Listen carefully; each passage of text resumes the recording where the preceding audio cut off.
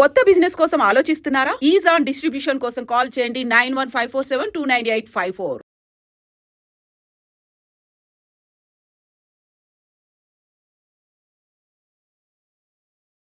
ఆ తర్వాత ఇప్పుడు పెద్ద పెద్ద హీరోలతో కూడా చేసినటువంటి సినిమాలు ఉన్నాయి కదా, వాటిలలో కూడా ఇలాంటి ఫన్నీ మూమెంట్స్ అనుభవాలు ఉంటాయి కదా. డెఫినెట్గా. ఎందుకంటే ఒకసారి ఏదో క్యాషియర్ వేషం వేసాను ఏదో సినిమాలో వేసి, మోహన్ బాబు గారు హీరో అంటే విత్డ్రాయల్ ఫారం ఫిలప్ చెయ్యి అన్న. చెయ్యి అంటావా, నేను హీరోని, చెయ్యండి అనాలి అన్నాడు ఆయన. అంటే స్క్రిప్ట్లో చెయ్యని ఉందండి.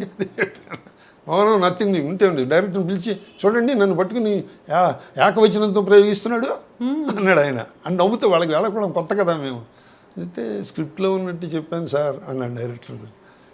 పోనివ్వండి, బెదిరించకండి వాళ్ళని. చెప్పయ్యా, బాగానే చేసావు, చెప్పు. అలా వాళ్ళతో బాగానే ఉంటాయి. హలో బ్రదర్ సినిమాలో కూడా చేశారు మీరు. హలో బ్రదర్లో కూడా నాకు మంచి అనుభవం. రాత్రి 12ంటికి శీతాకాలంలో అవుట్డోర్లో తీశారు ఆ షాట్. రామానాయుడు గారి కళ్యాణ మండపం చూసారండి, అక్కడ చేస్తే ఆ కత్తి పుచ్చుకుని వాళ్ళని పడవడానికి నాకేం చెయ్యి వణికిపోతుంది, వణికిపోతుంది. చేస్తే ఇలా పట్టుకున్నా కూడా వణికిపోతుంది. అయితే ఈవీ డైరెక్టర్ ఆయన, ఏంటి చెంది అలా వణికిపోతుంది స్టేజ్ మీద ఉన్నట్టు అన్నాడు. లేదు ఆగటం లేదండి వచ్చాయండి అన్న. అంటే బ్రహ్మానందం అన్నాడు, నువ్వు అలాగే వణుకు, నేను డైలాగ్ వేస్తా దీని మీద.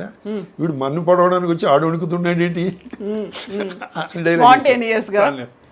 అట్లా కొన్ని కొన్ని ఉంటాయి. అలాగే నాకీ నగలు నాకీ అంటే నాకు ఇస్తే ఎంగిల్ అయిపోతుంది అంటాడు. స్పాంటేనియస్గా కొన్ని పడుతూ ఉంటాయి.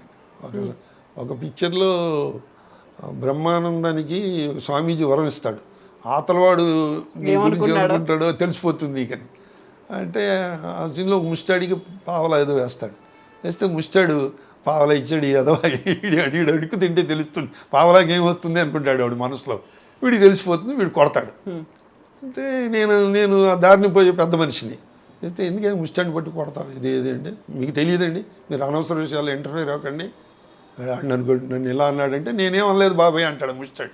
ఆ సీను అది ఉంది, అయిపోయిన తర్వాత కృష్ణారెడ్డి గారు, జెని గారు అయిపోయిందండి, మీరు ఆఫీస్కి వెళ్ళాలనుకుంటే వెళ్ళిపోండి అన్నాడు. అంటే లేదు వాళ్ళు సెలవు పెట్టారండి, వెళ్ళక్కర్లేదండి.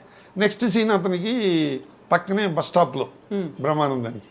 ఆ బస్ స్టాప్లో ఏంటంటే ఒక అమ్మాయి ఇతను చూసి కిరసనాల డబ్బాకి చెవులు పెట్టినట్టు ఉన్నాడు వీడు ఎవడో అనుకుంటుంది మనసులో. వీడికి తెలుస్తుంది కదా, ఆ అమ్మాయితో గొడవ పడతాడు. నేనేంటి వెళ్ళిపోమన్నారు, ఇంకింత పెడతాం, బ్రహ్మానందం చేస్తున్నాడు కదా అని అక్కడికి వెళ్ళాను నేను.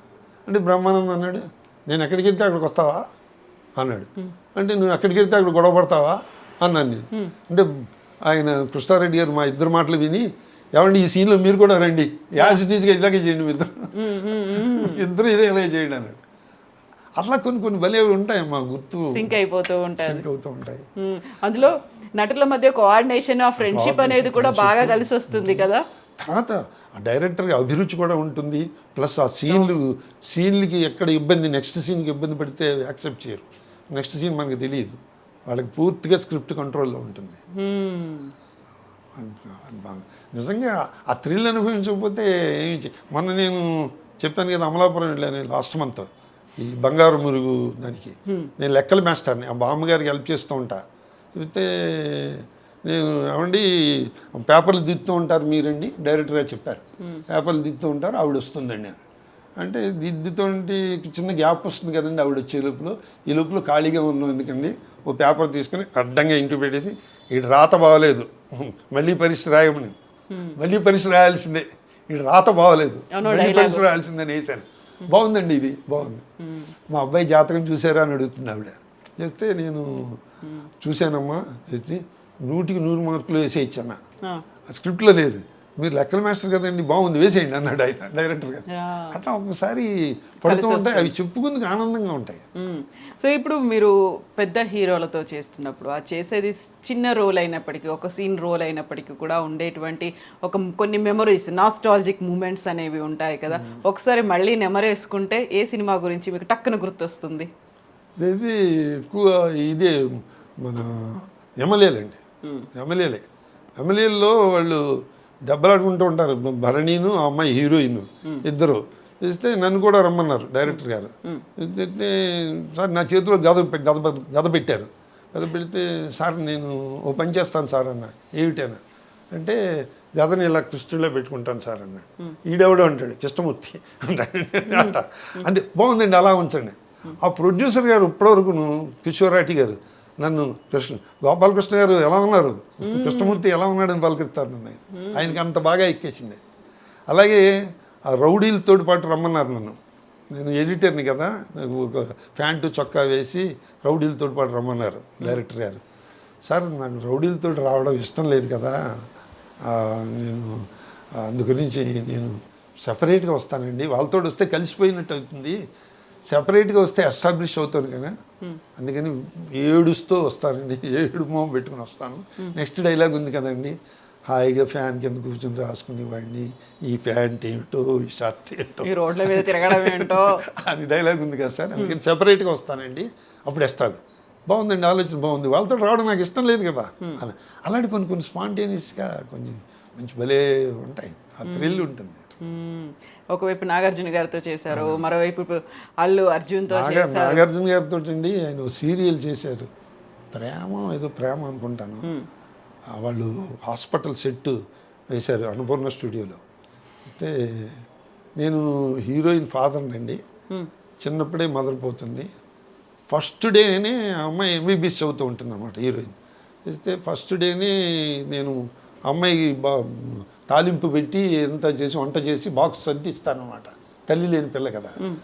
ఆ అమ్మాయి ఎవరో డైరెక్టర్ అమ్మాయి పేరు మర్చిపోయాను, రాఘవేంద్ర గారి దగ్గర అసిస్టెంట్గా చేసేది అమ్మాయి, ముస్లిం గర్ల్ లేదు అమ్మాయి పేరు మర్చిపోయాను.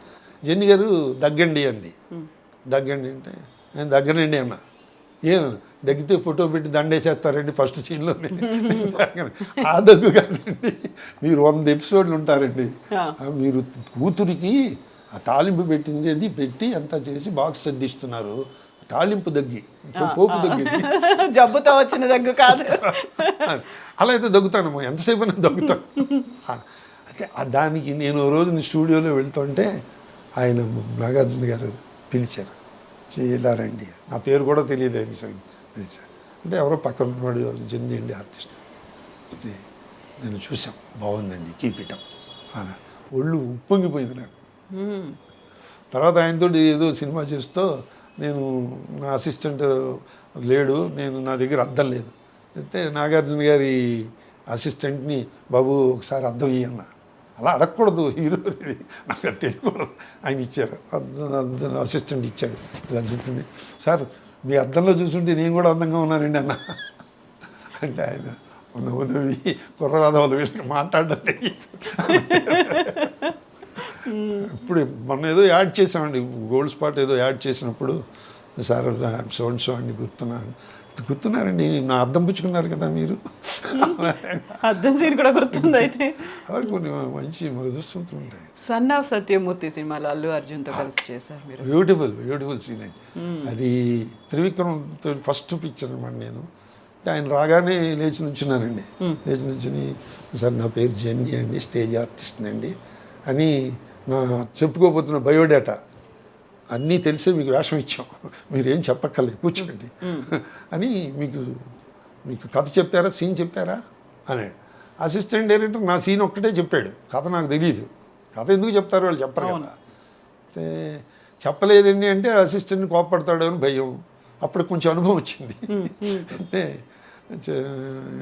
ఇలా ఆవు తోకతోటి ఊపినట్టుగా ఊపేశారు తలంతా, తలతోటి అబద్ధం అంటే తోకతోటి నిజం చెప్పిందని, ఎందుకని తోక ముట్టుకుంటే పుణ్యం అంటారు. అలాగా ఆయనకు అర్థమైపోయింది.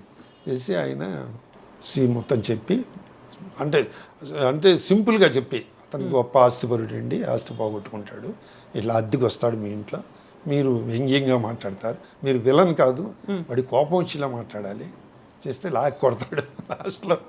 అయితే అప్పుడప్పుడు వస్తూ ఉండండి మాకు సరదాగా ఉంటుందంటాడు, అదండి సీను అని చెప్పి మొత్తం అంతా చెప్పాడు ఆయన. అంటే అలా అని చెప్పి విలన్ అనుకోకండి, హీరోని తిట్టరు, చాలా సెటైర్గా మాట్లాడతారు వ్యంగ్యంగాను. మీ నాన్న జేబులో రూపాయి ఉంటే 100 రూపాయలే పెట్టేవాడు, అనుభవించారు భాగం. వాడిని కెలుకుతున్నట్టుగా హీరో అర్జున్ అనమాట. ఆ సీన్లో లాస్ట్లో కొడతాడండి, రిహార్సల్లో పర్ఫెక్ట్గా కొట్టాడు ఆయన. టేకులు వచ్చేటప్పటికి ఆయన వేలు నా గ్లాస్కి తగిలింది, వెళ్ళి కింద పడిపోయి బద్దలైపోయింది, గ్లాసెస్ పగిలిపోయి అయిపోయింది, టేక్ ఓకే అయిపోయింది. చేస్తే ఆయన అల్లు అర్జున్ చేసి సారీ సార్ లేదండి యాక్సిడెంటల్గా అయింది ఇది అది అని వాళ్ళ అసిస్టెంట్ పిలిచి నేను కళ్ళజోడు కొనిపెట్టు అంటే వద్దండి నన్ను తీసుకోవాల్సిందే, పెద్దవారు మీరు, నా చిన్నప్పటి నుంచి చూస్తున్నాను మిమ్మల్ని ఇది అది అంటే కొట్టినవాడికే వరం ఇచ్చే యోగ్యత కూడా ఉంటుంటండి, మీరు ఒక వరం ఇస్తే మీ డబ్బులతో కొనుక్కుంటాను. ఏం వరం? మీరు వేసే ప్రతి సినిమాలో నాకు చిన్న వేషం ఇవ్వాలండి, దానికి పెద్ద వరం తండ్రి, యూ డిజర్వ్, తప్పకుండానండి, టచ్లో ఉండండి అని చెప్పి వాళ్ళ మేనేజర్ని పంపించి నన్ను కళ్ళజోడు షాప్కి తీసుకెళ్ళి అక్కడ కళ్ళజోడు కొనిపించి ఆ బిల్లు ఆయన తీసుకుని అంత సౌకర్యుడు ఎక్కడ కనపడినా సరే ఎలా ఉందండి కళ్ళజోడు బాగుందా అంటూ ఉంటాడు. Okay. And for more videos, Please subscribe to iDream. Please subscribe to iDream. Please subscribe iDream. And please subscribe to iDream. For more videos, subscribe to iDream. please like, share and subscribe to the channel. Congratulations, iDream. Subscribe to iDream. Subscribe to iDream. So subscribe to iDream Media.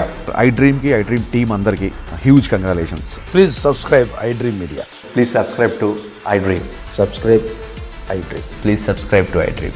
iDream అంటే నా కళల channel subscribe చేసుకున్న నోరు తిరుగుతలేదు, మీరైతే గంట గుర్తు కొట్టండి. For more such videos, please subscribe to iDream. Subscribe to iDream. Please subscribe to iDream. Please subscribe iDream Media. Please do subscribe to iDream. Please subscribe to iDream Media. For best entertainment and information, please subscribe iDream. And don't forget to subscribe to iDream.